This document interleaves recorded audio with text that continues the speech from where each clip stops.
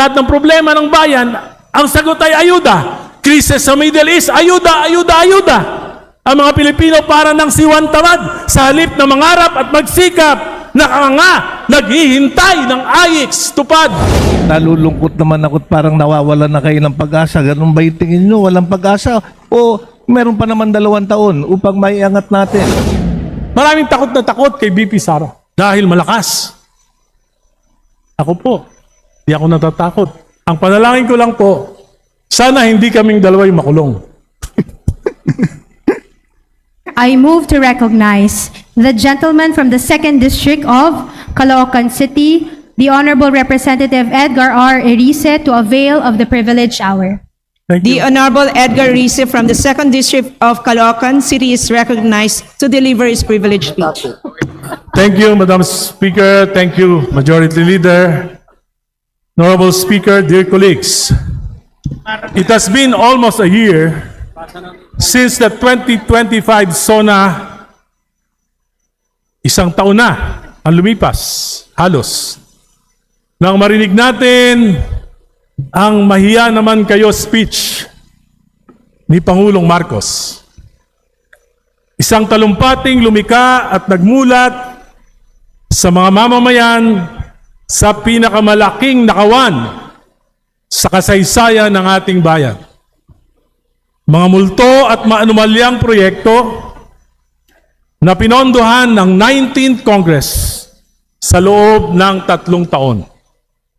Pagsasabwatan ng pinakamatataas na pinuno ng pamahalaan sa Kamara, sa Senado, sa DPWH, sa DBM, at kung sino-sino pa na nagtatago sa anino ng mga makapangyarihan. Matindi ang naging babala ng Pangulo.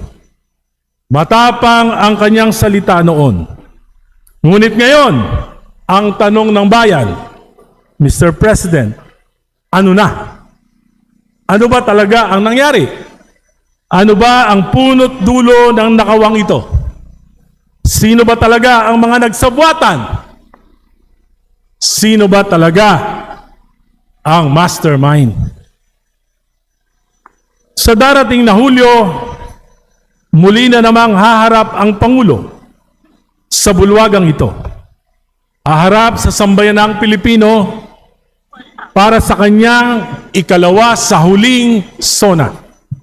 At mahalaga na maipaalala sa kanya ang mga sinabi at ipinangako niya noon na hanggang ngayon ay matyagang hinihintay ng sambayanan, subalit nananatiling pangako lang. Ang nais ng bayan ay katotohanan, pananagutan. Ang nais marinig ng mamamayan ay sagot sa mga ibinunyag ng Pangulo noon. Subalit sa paligoy-ligoy ng mga salita ay tila ba hangin lamang dumaraan. Ang pagpuna ay mahalagang bahagi sa isang demokratikong pamahalaan.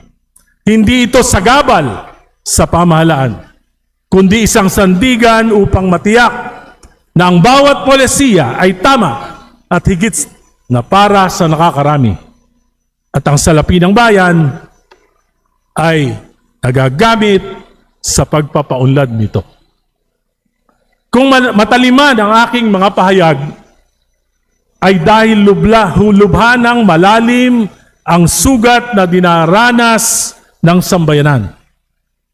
Hindi man maaring manahimik, magbulag-bulagan o bingihan, habang lugmok na sa kahirapan, korupsyon, at kawalan ng pananagutan.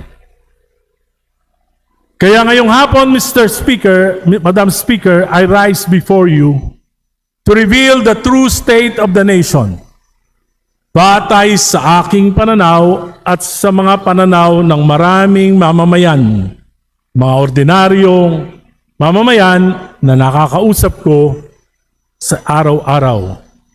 Isang estadong kinasadlakan ng ating bayan, gawa ng kasakiman sa salapi at kapangyarihan. Naunawaan ko na ang Pangulo ay hindi naranasan gaano ang kahirapan. Kaya't narito ako para tulungan siyang maunawaan ito. Madam Speaker, after almost a year after the SONA speech of President Marcos Jr., here is the sad state of our country. Sa ekonomiya, 2025 gross domestic product GDP 4.4% from the projection of 5.7%. 2025 last quarter GDP 3%. 2026 first quarter GDP 2.8%. 2026 whole year GDP projection 4.1%. President Marcos for the last 4 years failed to realize our GDP projections. Inflation now is at 7.2%. And according to the experts, this May, aabot na ng 8% ang inflation rate. Dollar now is almost at 62 pesos. Investor confidence index is negative 23%. Bagsak ang stock market. Umangat ang antas ng unemployment. Umangat ang kagutuman. Nalulugi ang maraming negosyo, lalo na ang construction at construction supplies. Higit 18 trillion ang utang at tinatayang aabuti na ito ng 22 trilyon bago matapos ang termino ng Pangulo. Ang Administrasyong Marcos ngayon ang may pinakamalaking pag-utang sa kasaysayan ng ating bansa. 9% taon-taon ang average na pag-akyat ng utang at kalahati lang lamang ang pag-angat ng gross domestic product. Tunay na masasadlak tayo sa kahirapan.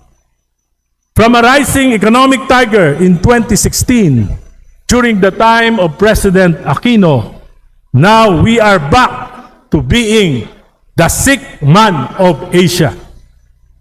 Naiwanan na tayo ng ating mga kalapit na bansa. This is due mainly to corruption and the failure of the Marcos administration to address it squarely. Our neighbors survived the Middle East geopolitical tensions as shown by their GDP and inflation rate. Pilipinas lang ang tunay na naghirap. Pilipinas lang ang patuloy na maghihirap.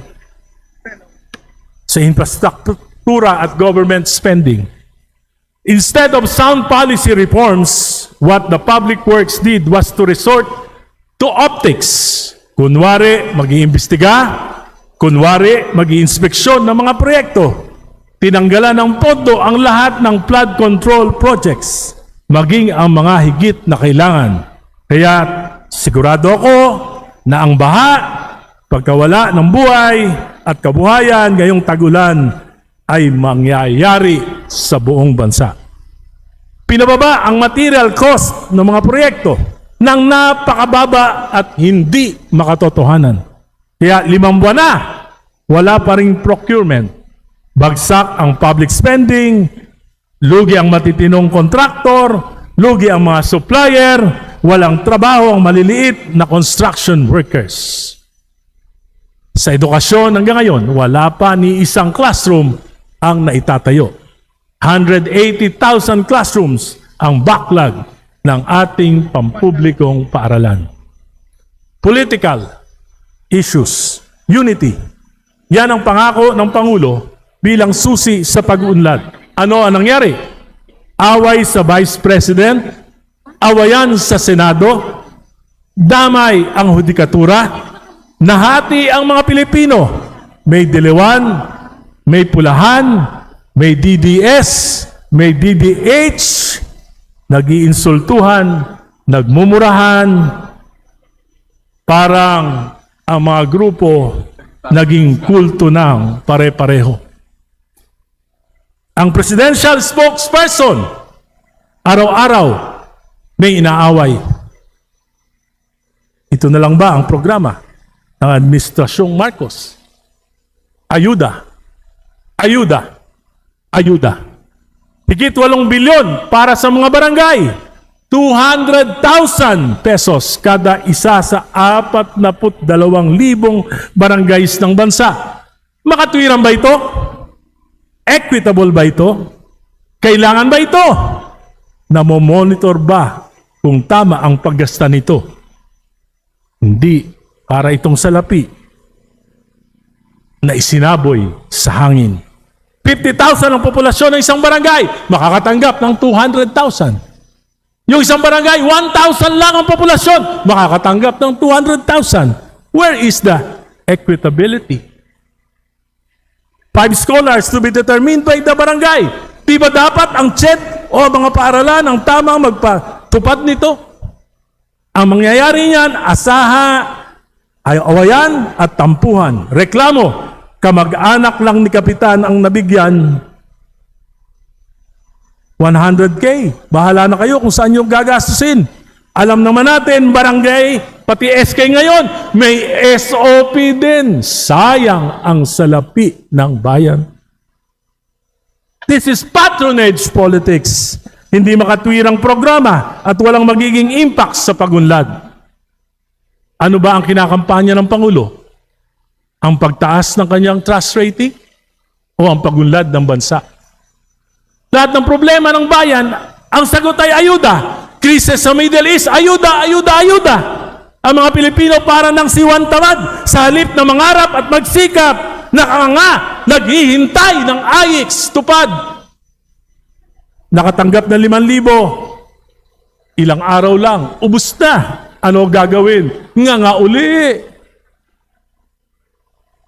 Pag dumaan sa barangay ang 5,000, nako, 2,500 na lang ang may bibigay sa tao. Pag matakaw yung barangay captain, 1,500 na lang.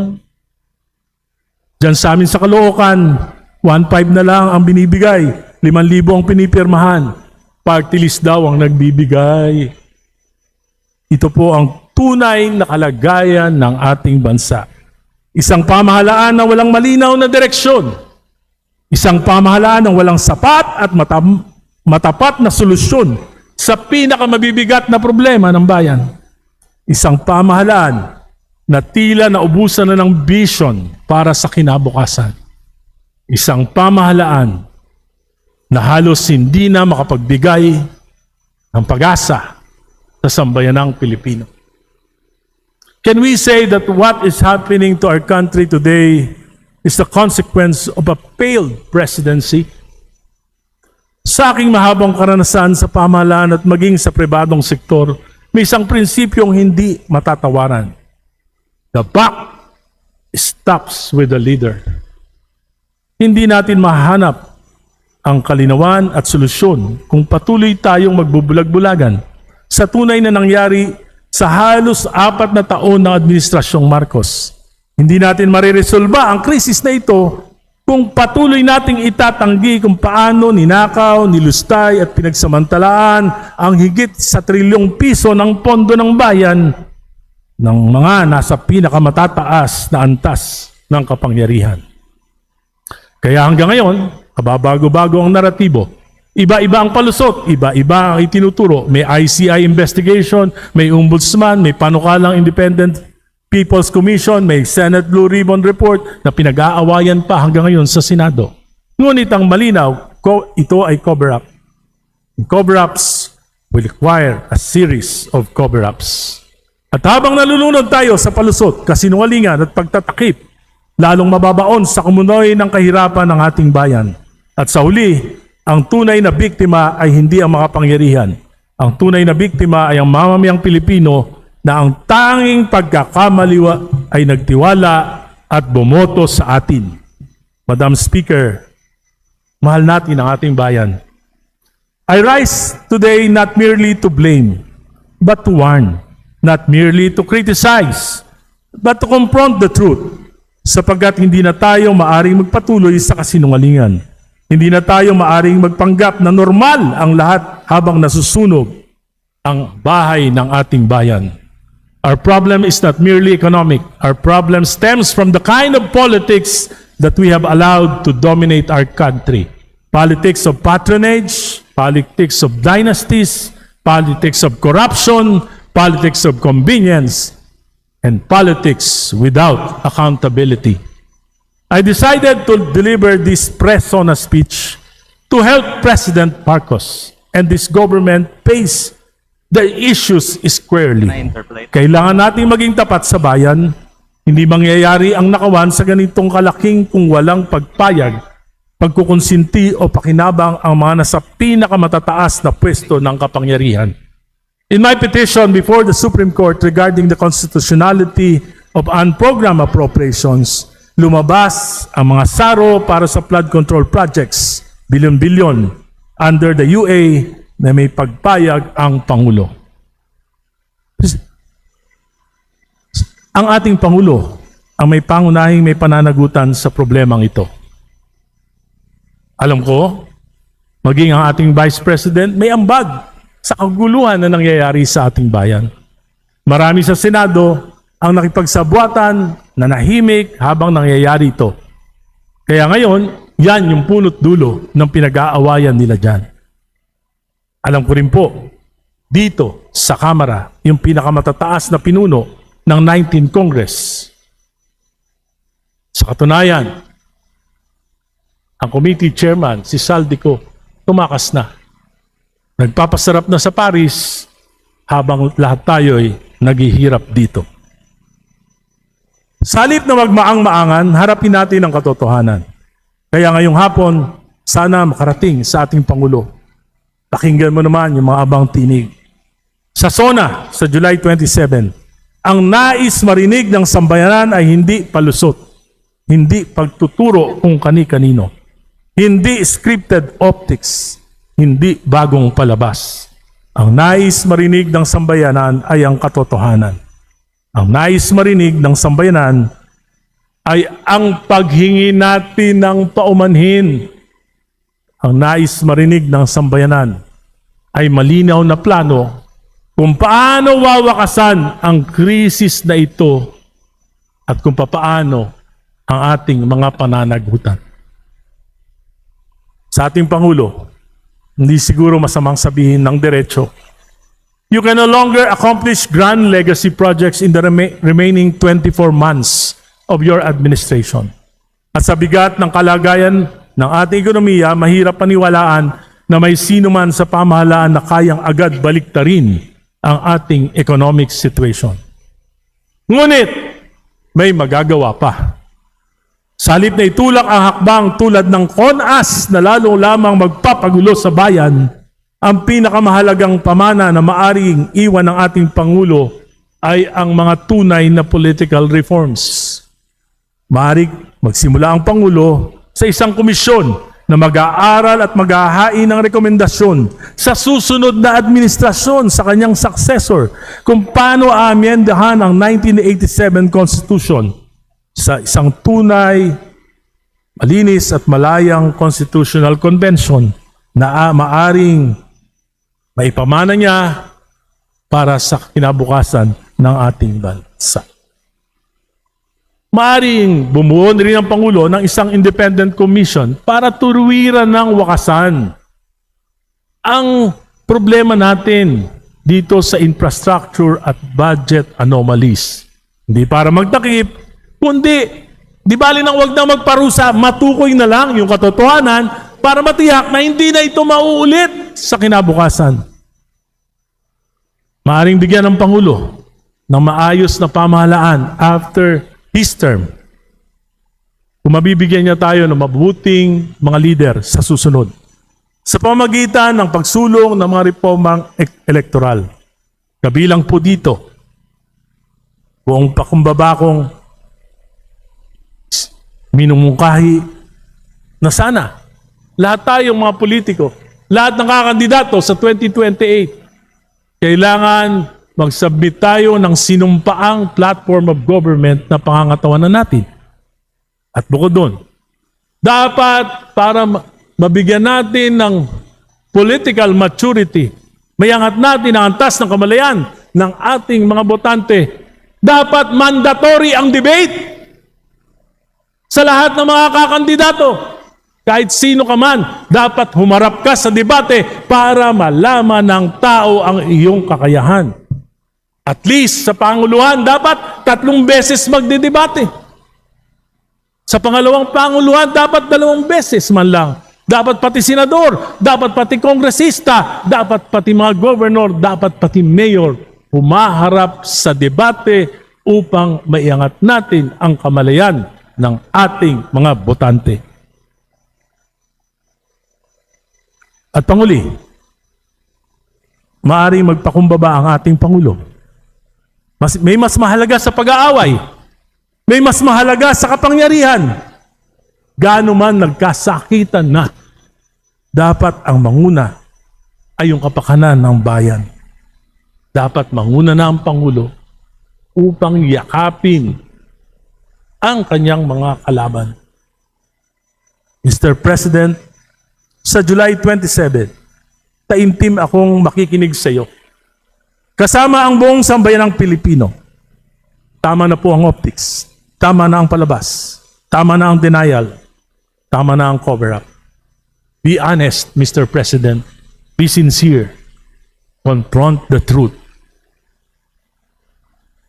Lahat pwedeng pagsisihan. Lahat pwedeng magkapatawaran. Ang mahalaga, ang katotohanan.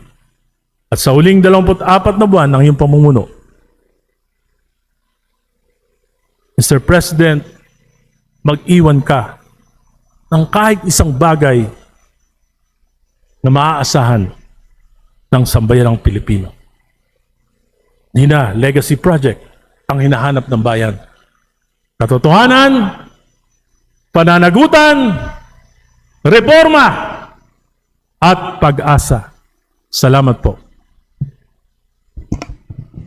Majority Leader.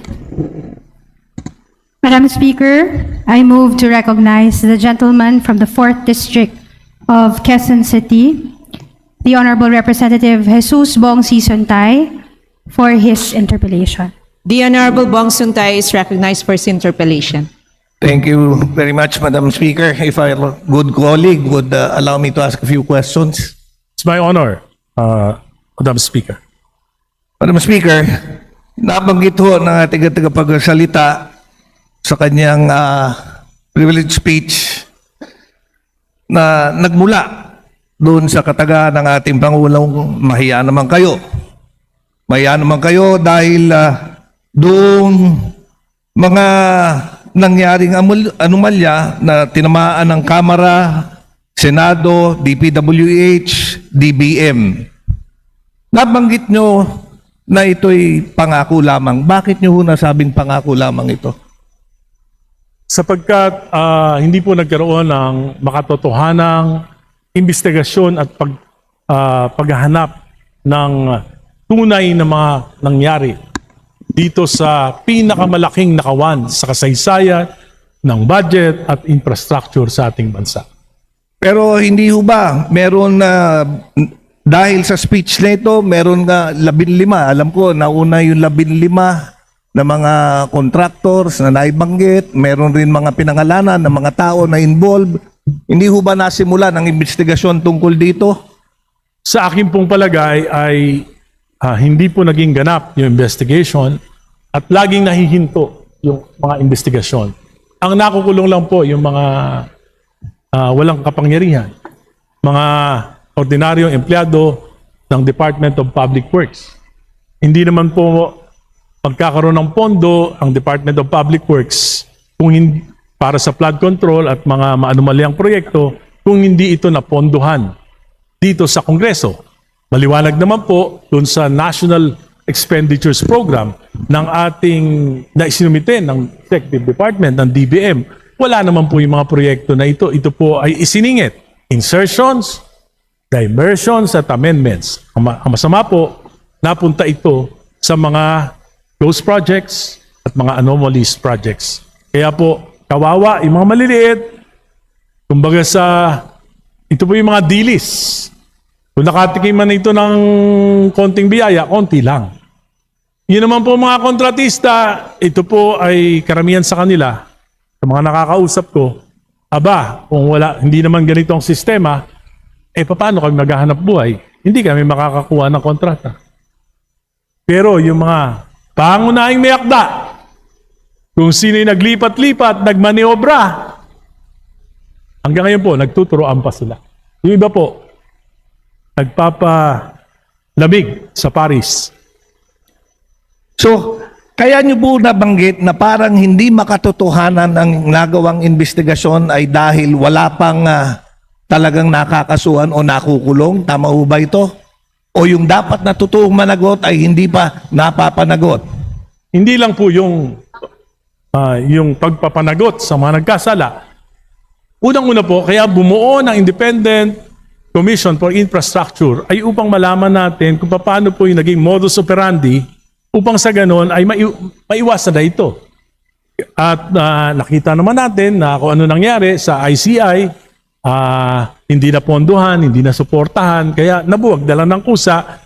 Ewan ko kung may nakabasa na sa atin sa report nito. Wala pa po. At alam ko po, iisa lang yung na commissioner yung gumawa ng report na ito at yung dalawa po ay nagbitiw na lamang. Pangalawa, nagkaroon po ng priority legislation ang ating Pangulo. Ito po yung Independent People's Commission na in-overtime natin dito sa Kamara, inaprubahan natin sa komite. Pero nagtataka po ako sa Committee on Rules at Committee on Appropriations, bakit hindi po ito napondohan?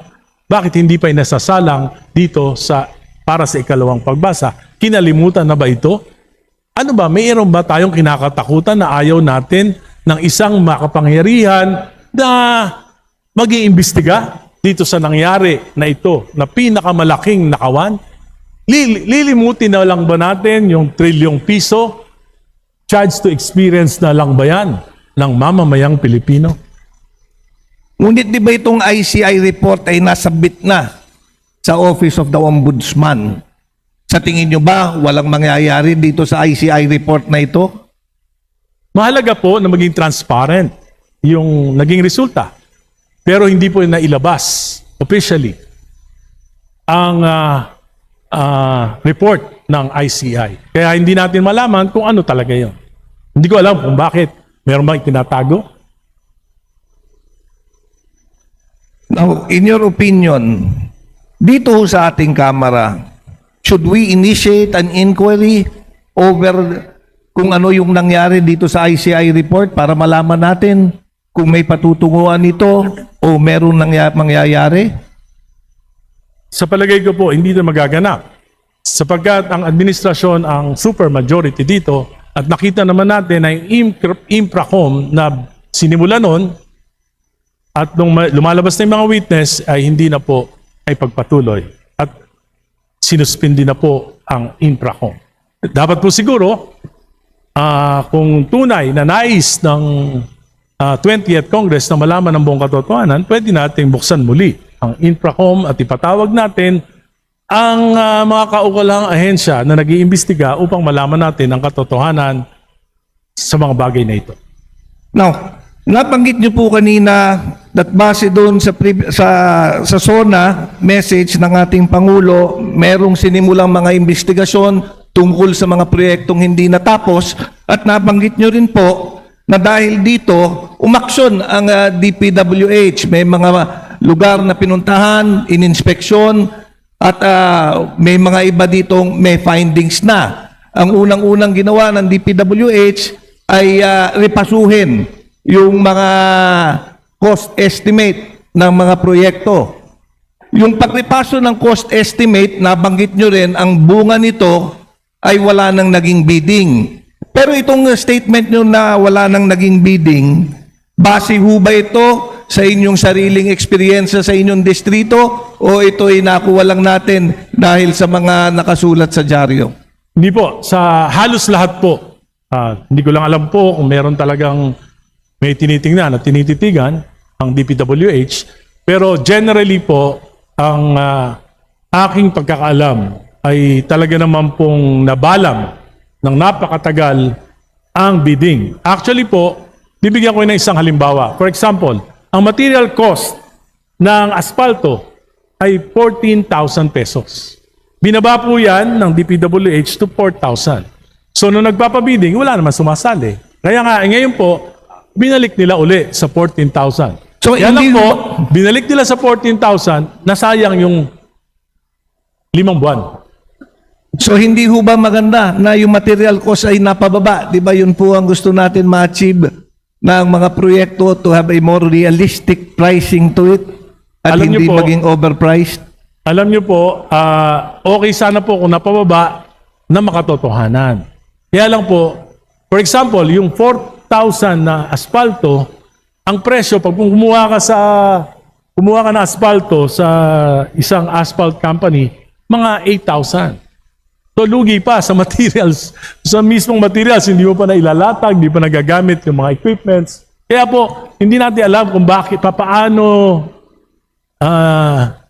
ito po ay parang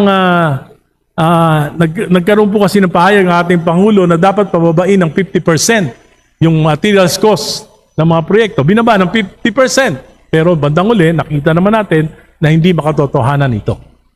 So Bukod ibig po doon, sabihin, nais ko po sagutin yung isang katanungan nyo. Alam nyo, yung mga investigasyon na nangyari, hindi naman po totoo na yan. Huwag na tayo magmaang-maangan. Sapagkat, papaano mo iimbestigahan yung sarili mo? Huwag na natin itanggi na yung nangyaring trilyong nakawan na ito sa Kabanang Bayan ay hindi pwedeng magawa ng iilan lamang. It's a collaboration between the executive and the legislature. Okay. So, kagaya ng sinabi nyo, dahil ibinaba yung material cost, walang bidding na naganap o kung may bidding man, ito'y puro failed bidding. Ito Marami sa pong failed kabuuan bidding. ng ating bansa. So, hindi naman pala, kagaya sa distrito ko, walang bidding na nangyayari. Hindi naman pala dahil ako'y napili lamang. Doon sa distrito nyo, ganun din po ba? Well, hindi ko po alam, pero wala na po akong pakialam doon. Ang mahalaga po, bilang kinatawan ng aking lungsod, ay makapag-contribute ako sa pagtatama ng proseso ng ating pamahalaan. Dahil magkaroon man o mawalan ng proyekto yung aking distrito, kung ganito naman ang nangyayari sa ating bayan, maapektuhan po yung kinabukasan ng buong sambayanan, kasama na po yung mga kabataan at mamamayan ng aking distrito. So ang pagbaba ng material cost, nasabi niyong hindi makatotohanan dahil ba hindi kinuha yung tamang presyo? Bakit naman po gagawin yun na hindi kukunin yung tamang presyo ng mga materyales na gagamitin? Hinabol lang ba talaga yung statement ng ating Pangulo na ibaba ng 50% at yun yung ginawa? Yun po ang aking palagay, Madam Speaker, na upang mahupa ang galit ng mamamayan ay kailangan gumawa ng mga knee-jerk reactions. Tulad po nung pagtanggal ng 265 billion pesos para sa flood control sa buong bansa. Ito po ay napakamali sapagkat marami po sa mga proyekto na ito at ay matitino at lubang kailangan. At makikita natin ang resulta ng pagtatanggal na ito ngayong tag-ulan. Now, nabanggit nyo din po dun sa inyong privilege speech that there is a backlog of 180,000 classrooms dito sa ating bansa. Diyan ba sa inyong distrito, sa Caloocan po ba, meron din pong backlog o ito naman ay limitado lamang sa mga probinsya? Yung pong 180,000 backlog ay ayon po sa Department of Education. At tunay naman po na kailangan sumabay sa pagdami ng populasyon ng mga kabataang nag-aaral sa public school ang pagpapatayo ng public school. Nang una pong nagkaroon ng zero backlog sa ating bansa ay noong 2016. At ngayon po, dahil sa pagdami ng mga bata, dami ng populasyon sa public school, sa kahirapan ng buhay na lumilipat na yung mga nasa private sa public school, ngayon po sa population ng public school students ay 180,000 na po ang backlog. Diyan po ba sa distrito nyo, in your estimate, do you have a backlog of school buildings or classrooms? Sa aking distrito po, sa Caloocan 2nd District, dahil nung panahon po ni Pangulong Aquino na kapartido po sa Liberal Party, nagkaroon po ako ng pagkakataon na ang maging priority projects na maidala ng pamahalang pambansa, pati po ng PAGCOR sa aking distrito ay mga paaralan. Noong ako po ay bumaba, after 3 terms, noong 2022, halos 90%, 10% na lang po ang backlog. Maswerte pala kayo dyan. ngayon po, bumalik na naman dahil dumadami po yung Okay. populasyon. Kaya ko ito naitanong dahil sa akin distrito, naalala ko nung ating hinahanda ang budget for 2026. Isa sa una kong pinag-aralan dahil gusto ko ngang makatulong rin at may angat ang numero ng classrooms dito sa sa aking lungsod at sa aking distrito, pinatawag ko yung aming DepEd supervisor para tanungin kung ilan ang backlog namin sa classroom at kung kailangan ng school buildings, at ako binabigyan ng listahan. Yung listahan na yon during the budget deliberation ay aking nilaban na mapondohan. Ngunit dahil sa kalungkutan, hanggang ngayon, nung fina-follow up ko, ang sabi sa akin, unimplementable. Nagtaka ako bakit magiging unimplementable samantalang ang listahan, nagmula mismo sa DepEd. Hindi na ako namili dahil ang importante para sa akin, madagdagan ng school buildings at classroom ang aking distrito. At yun naman ang aking gusto at yun ang gusto kong may paglaban. Ngunit nakakalungkot lang, ngayong fina-follow up ko, ay hindi raw maaaring pondohan. Ngunit nasama ko sa pagpapondo. Ganyan din po ba experience nyo sa distrito nyo? Alam niyo po, mula nung ako po'y nagsasalita at bumabatikos sa pamahalaan, hindi na po ako umasa. Para hindi na po sumama ang aking loob. Kailangan lang po nating maunawaan at ipaunawa sa ating mga mamamayan na hindi dapat nag-aabuso ang Kongreso. Bakit naman po kayo nawalan ng pag-asa yung classroom hindi naman para sa inyo? Ang pinakamahalaga Ito para sa po, mga estudyante. ang pinakamahalaga po, hindi lang naman po ngayong termino ng ating Pangulong Marcos, maging nung termino ng Pangulong Duterte, hindi po talaga equitable ang distribution ng government resources. Kung sino yung malakas, kung sino yung laging yes, kung sino yung may mga katungkulan. Yun po yung makikinabang. At hindi po naaayon ang pagpili sa mga proyekto sa tunay na pangangailangan ng sambayanan. Well, pero ako may umaasa pa rin dahil naalala nyo, nung budget deliberation, meron naman tayong mga naipaglaban ng mga proyekto na para sa distrito. Naisama rin yan sa GAA. Pag naisama sa GAA, ibig sabihin, napondohan at mapopondohan. So, base po sa iyong mga statement, parang nawalan na kayo ng pag-asa. Sa tingin nyo ba hindi na magiging totoo? Saan po mapupunta? Hindi po. Yung pondong nailagay sa iyong distrito? Yung pong may line item, obligado po ang gobyerno na ito ay patupad. Kung hindi po, lalabag sila at pwedeng lumulog sa hukuman. Pero ang nangyari po sa Department of Education, naging lump sum po yung appropriations for school buildings. So ito po ay nasa discretion ng DepEd kung saan po nila ilalagay. Kaya wala lang tayong magagawa kundi umasa tayo na magiging patas si Secretary Sani Angara. Now, paano naman po yung mga proyekto, mga tulong sa inyong mga kadistrito? Paano yung mga nagkakasakit? Meron pa ba ho kayong nai-refer at natutulungan naman sa mga ospital? Ay, hindi. Yung, ano na po yun, Madam Speaker, para sariling gastos na po yun. Konting tulong, pakonti-konti. Pero yung inaasahan natin na, di ba po, nakita naman natin na sa special provisions ng ating GAA, bawal na mag-endorse yung mga congressman. So, hindi na pwedeng mag-endorse, pwede siguro makiusap sa mga departamento. Hindi ko lang alam po, pagka yung leadership, pagka paborito nila, kung meron, Dahil may mga nakikita po akong papeles na may mga endorsement for several millions of pesos sa mga para sa MAIP-IP.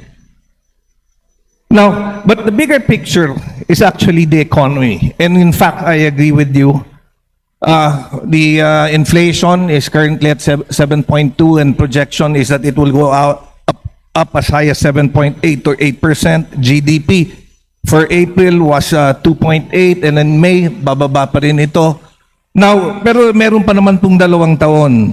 Now, sa palagay nyo, ano ang naging dahilan ng pagbagsak ng ating ekonomiya? Pwede pa naman mai-address to dahil ba sa too much political noise o walang concentration sa pag-aangat ng ekonomiya?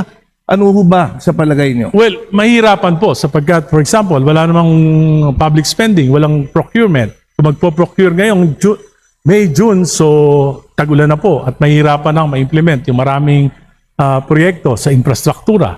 Bukod po dyan ay umasa po sa ang gobyerno ginagasta yung pera sa ayuda. Bukod po dyan, bumaba ang koleksyon.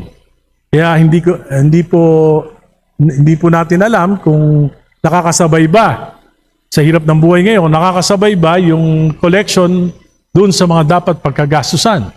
At may mga sapantahan nga kaya hindi tinutuloy yung mga programa at proyekto sapagkat wala namang sapat na salapi ang pamahalaan para sa pagbabayad ng mga proyektong ito. Ayon po sa mga kontratista na mga nakakausap ko, mayroon po mga kontratista na yung mga last year accomplishments nila ay hindi pa nababayaran.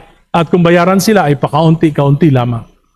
But, Madam Speaker, pero sa aking pakiwari, hindi naman pwedeng through public spending lang para maiangat ang ating ekonomiya.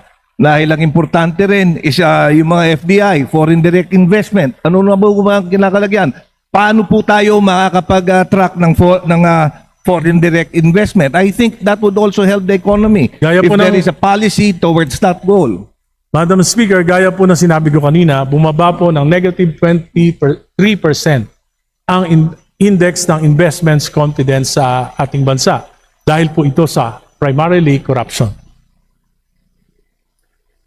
So sa inyong opinion, ano ang dapat gawin?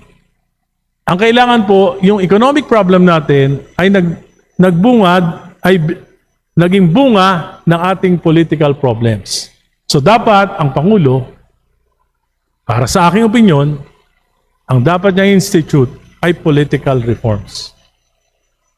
At hindi po ito magiging posible kung ang gagawin ay magbigay na lang na magbigay ng ayuda o kaya mag-inspeksyon na lang na mag-inspeksyon ng mga proyekto. Ito po ay, sa tingin ko, ay optics rather than genuine reforms that may spark economic development.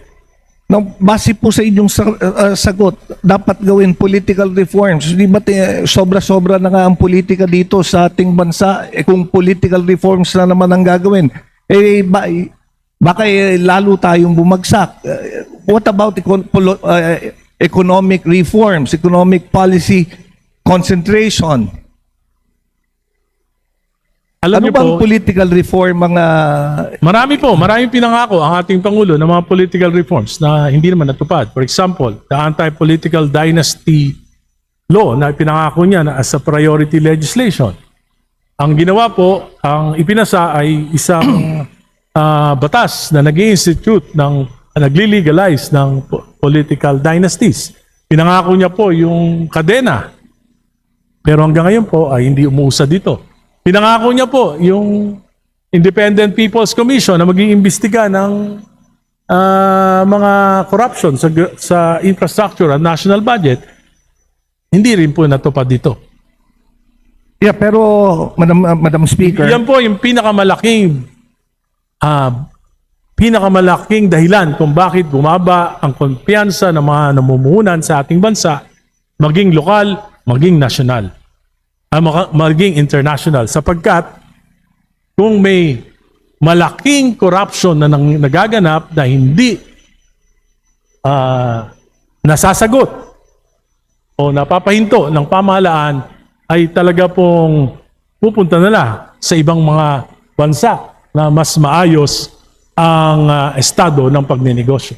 Okay, now, pagdating sa accountability, sang-ayon ako sa inyo yan, that it might be able to help lift our country pagka maipapakita ng ating pamahalaan that there is true accountability. Pero pagdating sa political dynasty, hindi lang kasi dependent sa legislature yan, hindi lang dependent hindi dependent sa presidente, because both the Senate and the House has to come up first with an acceptable legislation in this particular matter. At yan pending. So, in the long term, maaring it might help lift the economy later on, pero masyado pang matagal yan. Pero in the short term, what should we do to help the economy go afloat? Wala po ako nakikita na short-term solution na ginagawa yung ating pamahalaan.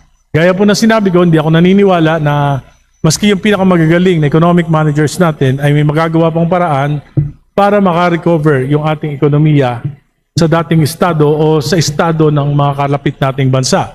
Dahil sa nalika na problema nitong pinakamalaking nakawan sa kaban ng bayan. Kaya po, ang pinakamagandang magagawa natin, ihanda natin yung kinabukasan sa pamamagitan ng mga political reforms. For example, kung ano yung mga mali sa government structures, yung kailangan na sigurong baguhin ng mga provisions sa 1987 Constitution na pumipigil sa pag-angat ng ating bansa, siguro po ito yung dapat na unahin ng ating pamahalaan. Ito yung legacy na madali-daling magagawa ng ating Pangulo. Pero alam nyo naman po ng taong bayan allergic if we start tinkering with constitutional provisions. Not now, but we just prepare. Simulan natin ngayon para maipamana natin sa successor ng ating Pangulo ngayon. We can form a commission that will study possible revisions in the Constitution, recommendation for a constitutional convention after the term of the President. Now, It should start now. lastly, base sa iyong privilege speech at mga sagot, parang nalulungkot naman ako at parang nawawalan na kayo ng pag-asa. Ganun ba yung tingin nyo? Walang pag-asa? O meron pa naman 2 taon upang maiangat natin Kaya nga yung po, ating bayan? kaya nga But po, we all should be able to help and contribute. kaya nga po kung narinig niyo po yung aking speech, sabi ko, sa July 27, hihintayin ko po, pakinggan ko ng mataimtim ang sona ng Pangulo upang masagot niya kung ano pa magagawa niya sa 24 na buwan ng kanyang termino. Okay. Sana naman po, wag con us. Salamat po. Maraming salamat po, Madam Speaker. Majority Leader. Madam Speaker, I move to recognize the gentleman from the 1st District of Batangas, Representative Leandro Ligardo Liviste, for his interpellation. The Honorable Leandro Levis is recognized for his interpellation. Thank you, Madam Speaker. Una po sa lahat, saludo po ako kay Congressman Egay Irice, isang veterano na sa Kongreso, pero hanggang ngayon ay hindi nawawalan ng pag-asa at idealismo na lumalaban para sa reforma sa Kongreso. Bilang bagong congressman, napakalungkot na makita ang korupsyon sa ating gobyerno, kaya gusto ko pong tanungin si Congressman Irice, paano hanggang ngayon napaka-hopeful at idealistic pa ninyo? At ano pa ang naiisip ninyong mga posibleng solusyon from which you get your hopefulness? Well, ayoko naman po magmarunong pa sa pagdating sa economic managers ng ating Pangulo. Kasi ang aking idea po ay simple lang. Yung economic problem natin ay bunga ng mga political problems natin. Tulad nung yung paghahati ng bilyon-bilyon sa mga politiko, sa Kongreso, sa Senado. Kaya po yung mga proyekto na dapat sana ay talaga namang pinag-aralan na, katulad ng Metro Subway, katulad ng Clark to Alamba Railway, at maraming pang iba, natanggal yung pondo, inilagay po sa mga maanumalyang proyekto tulad ng flood control at yung mga proyekto na malalaki ang kickback. Oh.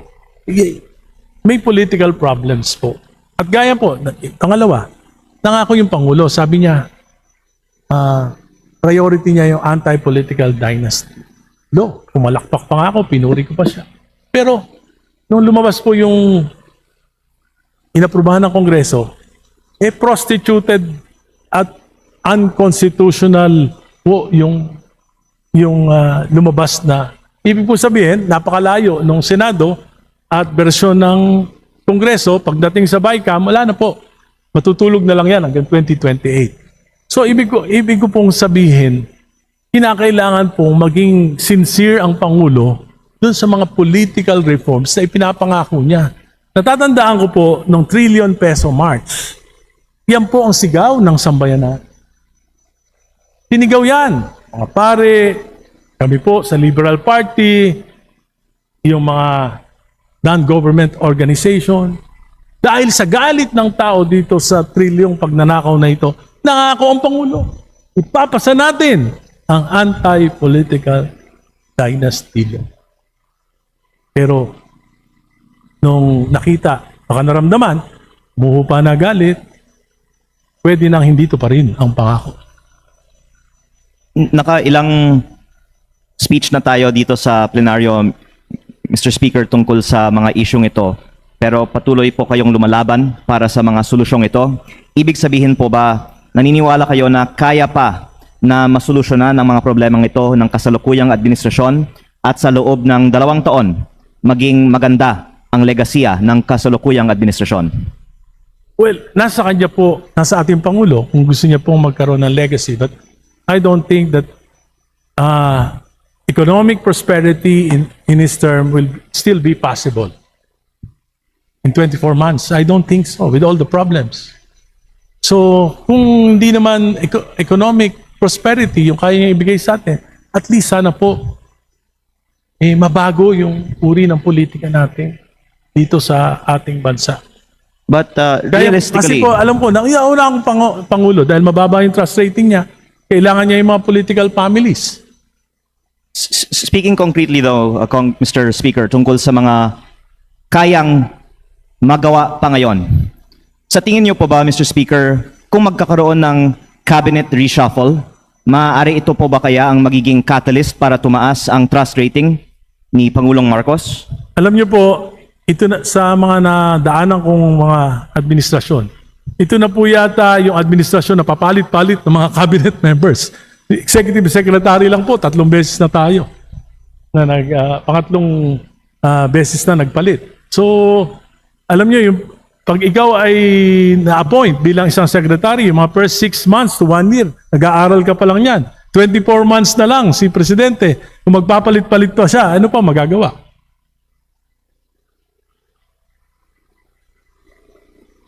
Kaya ibig niyong sabihin, Mr. Speaker, kahit anong gagawin natin, hindi tataas ang trust rating o kung mag-a-appoint ng mga magagaling na mga sekretaryo sa kabinete, tataas kaya ang trust rating ng administrasyon? Sa experience ko po sa pamahalaan, kung ikaw ay talagang magaling, ay hindi ka na papasok. Bakit ka papasok sa isang sakit ng ulo? Kaya ang ibig niyong sabihin, sir, hindi na makakakuha ng mga magagaling na mga appointees ang administrasyon. Sana naman, may mga makukuha pang mga magagaling. At this point in time, kung kukwentahin mo yung 24 months, para napaka-mahirap na. Anyway, we still hope for the best, sana. Pero, ang isang batas lang na pwedeng makapagpabago ng uri ng politika natin. For example, baguhin lang natin yung sa election law. I-require natin lahat ng candidates, mandatory, magpa-participate sa debate. Pag hindi nag-participate sa debate, disqualified. Naku, maraming mga kababayan natin ang matututo na bumoto ng tama. Isa lang yon. Pero malaki ang impact para sa kinabukasan ng bayan. Mabuti at si Congressman Erice ay nag-iisip pa ng future reforms. Para naman sa mga naghihintay ng mga reforma ngayon, ano po kaya ang mga low-hanging fruits, Mr. Speaker, na maa-actionan ng administrasyon ngayong taon? Well, wag na pong sayangin yung salapi ng bayan. Alam nyo, nagiging mentalidad ng mga kababayan natin, ayuda, ayuda, ayuda. Ang inaasahan nila sa gobyerno ay magbigay nila ng pera.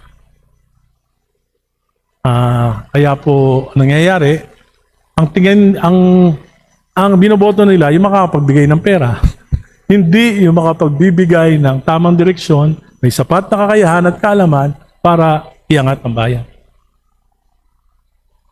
Dito kaya sa Kongreso, Mr. Speaker, we can do more to stop corruption by serving as a check and balance on the executive. Nabanggit niyo po kanina sa Caloocan may mga namimigay ng ayuda na 5,000 na ang nakakarating lang sa mga beneficiaries ay 1,500. Totoo po ba ito? At kung totoo, ano po ang magagawa natin tungkol sa korupsyon sa pamimigay ng ayuda? Yan na nga po kasi wala naman talagang absorptive capacity ang mga ahensya ng gobyerno para ma-monitor yung malawakang pagbibigay ng ayuda. Kaya nangyayari ito, it's systemic. Wala naman po tayong listahan ng mga talagang nasa extreme poverty na kailangan makinabang na ito. Ang nabibigyan lang po dito ay yung willing na magpahati. Pagka 5,000, sige, payag ka ba? 1,500 ka lang, payag na, kaysa wala.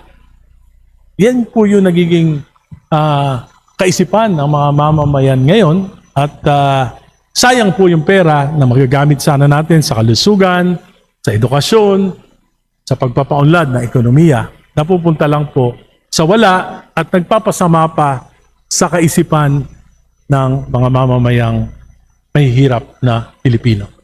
Kaya matapos ng mga privilege speech na ito, ano po ang magagawa natin para matigil ang korupsyon sa pamimigay ng ayuda? Ano po ang ipin ba ng Kongreso para sugpuin ito?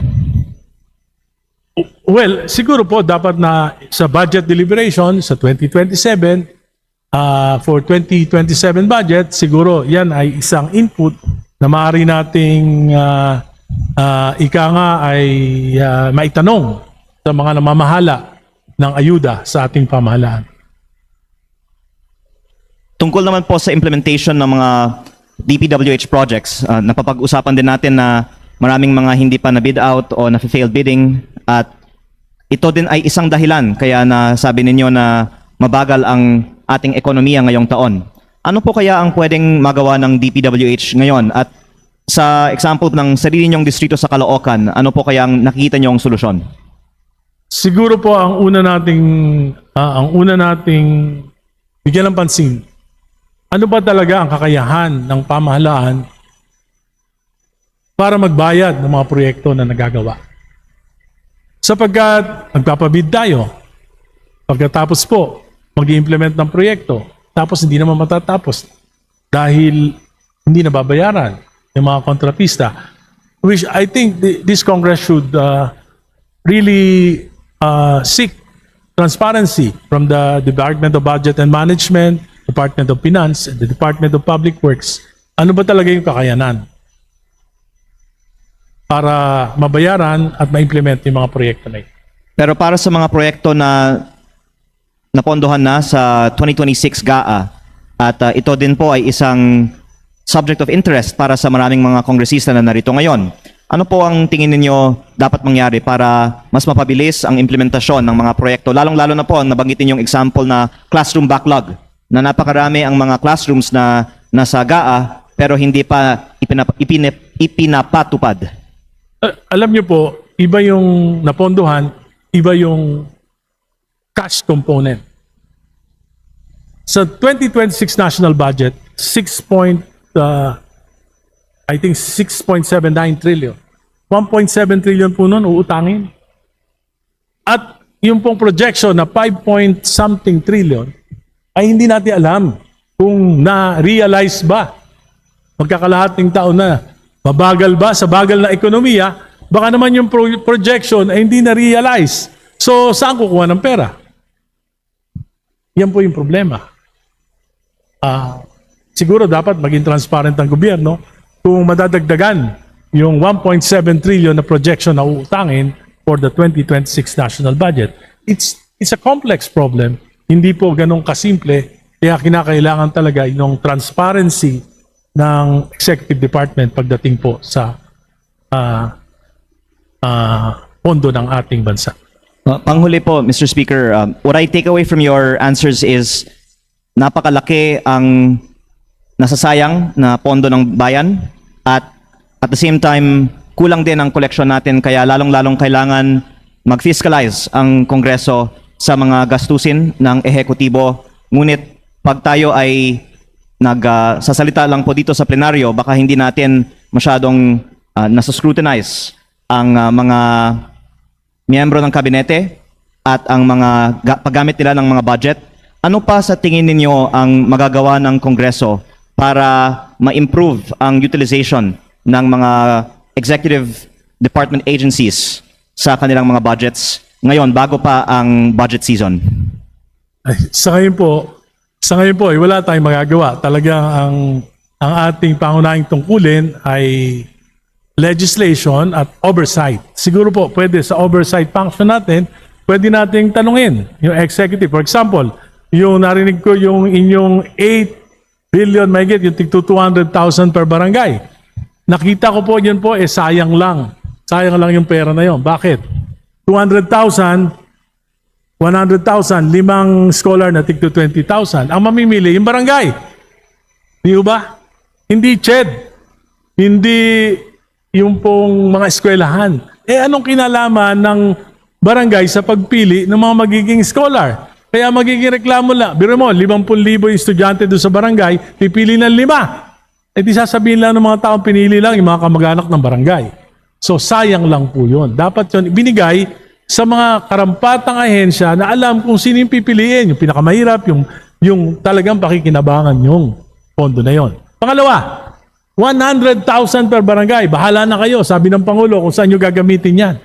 Alam naman natin yan. Ako po 50 taon ng politiko. Pagka 100,000 yung binigay mo sa barangay, swerte na yung pakinabangan yung kalahati nun ng mga mamamayan. So on a final comment, Mr. Speaker, would you support Congress calling for an inquiry into the ayuda programs and alleged discrimination in the distribution of government ayuda? And would you also support calling for the DPWH to give more updates to members of Congress on the release of funding for the budgets of the projects in their districts? And lastly, if I can also just combine it in this final comment of mine, I believe that there's a large number of acting members of the cabinet who have not yet undergone the process of confirmation at the Commission on Appointments. So would you support a more assertive stance from Congress in terms of making acting members of the cabinet go through the Commission on Appointments? Opo, anything that would provide transparency, I will support it. Thank you, Mr. Chair. Thank you po. Majority Leader. Madam Speaker, I move to extend the privilege hour for another hour to allow other members who registered as well as to continue with the interpellation. There's a motion to extend the privilege hour. Is there any objection? The chair hears none. The motion is approved. Majority Leader. Madam Speaker, I move to recognize the gentleman from Navotas, the Honorable Tobias Toby M. Chanco, for his interpellation. The Honorable Toby Chang is recognized for his interpellation. Madam Speaker, is our dear colleague Congressman Erice willing to answer a few questions? Yes, of course. My honor to answer, Madam Speaker, a question from a distinguished colleague since 2019, Kopong-Kopong. Madam Speaker, dear colleague, tama po ba na talagang bago bumalik po yung kumpiyansa ng ating mamumuhunan, maging lokal man o national, dapat magkaroon ng konting reset yung ating gobyerno? Tama po kayo dyan. At kahit po sa isang negosyo, kung nagkaroon ng problema, kailangan magkaroon ng reset. Ganon din po sa ating bayan, pinakamalaki. Ang problema po kasi iniiwasan natin eh. Iniiwasan yung katotohanan. Pangalawa, nais pagtakpan. So, alam nyo, pagka bulok, kahit na pabanguhin mo pa yan, aalingasaw pa rin. Kaya po, hindi matatapos ito. Nangangarap lang po tayo na makakalimutan itong pinakamalaking nakawan na ito sa kasaysayan ng ating bansa. Aalingasaw at aalingasaw po ito. Maaring isang linggo, isang buwan, hindi mapapag-usapan, pero may mangyayari eh. Dahil sa nangyari na ito, may mga consequence sa governance na magpapabalik at magpapabalik nito.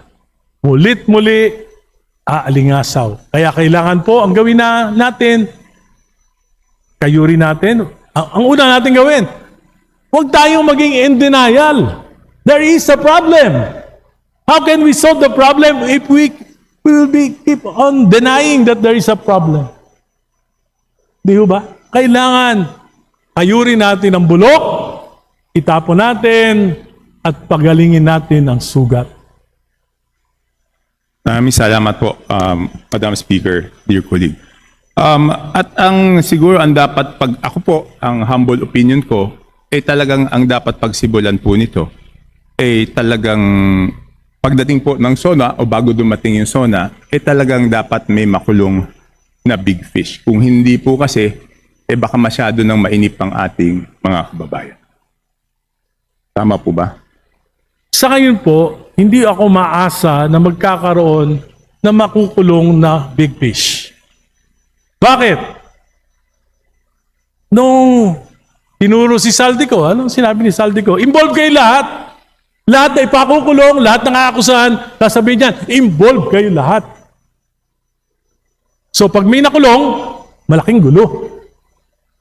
At sa tingin ko po, ang pinakamagandang gawin ng Pangulo, bigyan ng pag-asa ang ating bayan, ayusin yung political reforms para hindi man maganap yung pagbabago sa panahon niya, siya naman ang nag-reset ng ating gobyerno sa susunod na administrasyon. Bigyan niya ng pagkakataon yung mga Pilipino na makapili ng tamang mga leader sa pamamagitan ng mga political reforms.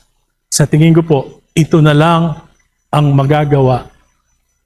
For example, bibigyan na kita, I will be very candid. Maraming takot na takot kay BP Sara. Dahil malakas. Ako po, di ako natatakot kung may debate at ang kukunin nating kandidato ay magaling. Lalabas yung totoo. Mananalo. Yung tama. Hindi na kailangan mag-impeachment. Hindi na kailangan mag-imbento. Mga madriaga. Hindi na kailangan ng mga kung ano-ano pa na nagkakagulo sa Senado. Simple lang. Bigyan natin ng kakayahan yung mamamayang Pilipino na makapili ng tamang leader. Madam Speaker, dear colleague, doon po siguro kami hindi nagkakatugma ng aking kaibigan na si Congressman Erice dahil ako po ay umaasa pa na bago dumating po yung SONA ay may makukulong. Dahil hindi po pwedeng iwasan itong problemang ito, lalo pong iwasan at lalong patagalin, lalo lang tayong nahihirapan. Kaya po ay umaasa pero siguro hindi na po ako makikipagtalo doon. Malalaman na lang namin pagdating ng SONA kung may makukulong o hindi. Madam Speaker, nananalangin po ako na magkatotoo yung pag-asa ni Congressman Chanco. Ang panalangin ko lang po, sana hindi kaming dalawa yung makulong. So, hindi po. Tayo naman dalawa ay pareho naman tayo na palagi tayo nagkakaintindihan na ang ating pagpuna ay hindi naman sa paninira. Kung hindi, ang pagpuna ay para masabi kung ano yung sa tingin nating tama. Dahil minsan, yung mga nakapaligid po ay ayaw magsabi ng masakit na katotohanan. So, kung wala pong gusto magsabi ng masakit na katotohanan, tayo ng dalawa ang gumagawa na magsabi ng masakit na katotohanan na minsan naman po ay minamasama na wala naman tayong masamang intensyon dahil ang gusto po natin is maibsan yung kahirapan na hinaharap ng ating mga kababayan. Yung nagsasabi po ng katotohanan, madalas naman sa kasaysayan, iyan yung napapahirapan. Ngayon, ito po ang aking iniisip na gusto ko po magtulungan po sana tayo dahil tila dapat pababain po natin yung political noise para makagawa tayo ng batas na talagang makakatulong sa ating mga kababayan. Dahil sabi nyo nga, hirap na po. Sabi nyo po, pataas ang presyo ng bilihin, pababa ang growth natin. At siguro, hindi magiging sapat yung talagang economic spending lang ng gobyerno. Kailangan din dito kasabay ay mapababa yung political noise para ang ating mga namumuhunan ay mag-invest ulit, maglabas ng pera para magkaroon ng trabaho yung ating mga kababayan. Tama po, if there will be serious political reforms, bababa po yung political noise. Sa tingin ko po. Kaya nga ako po ay kritiko ng Administrasyong Marcos. Kritiko na po ako nung panahon pa ng kanyang ama. Kasama ako sa EDSA. At ako'y madalas na oposisyon.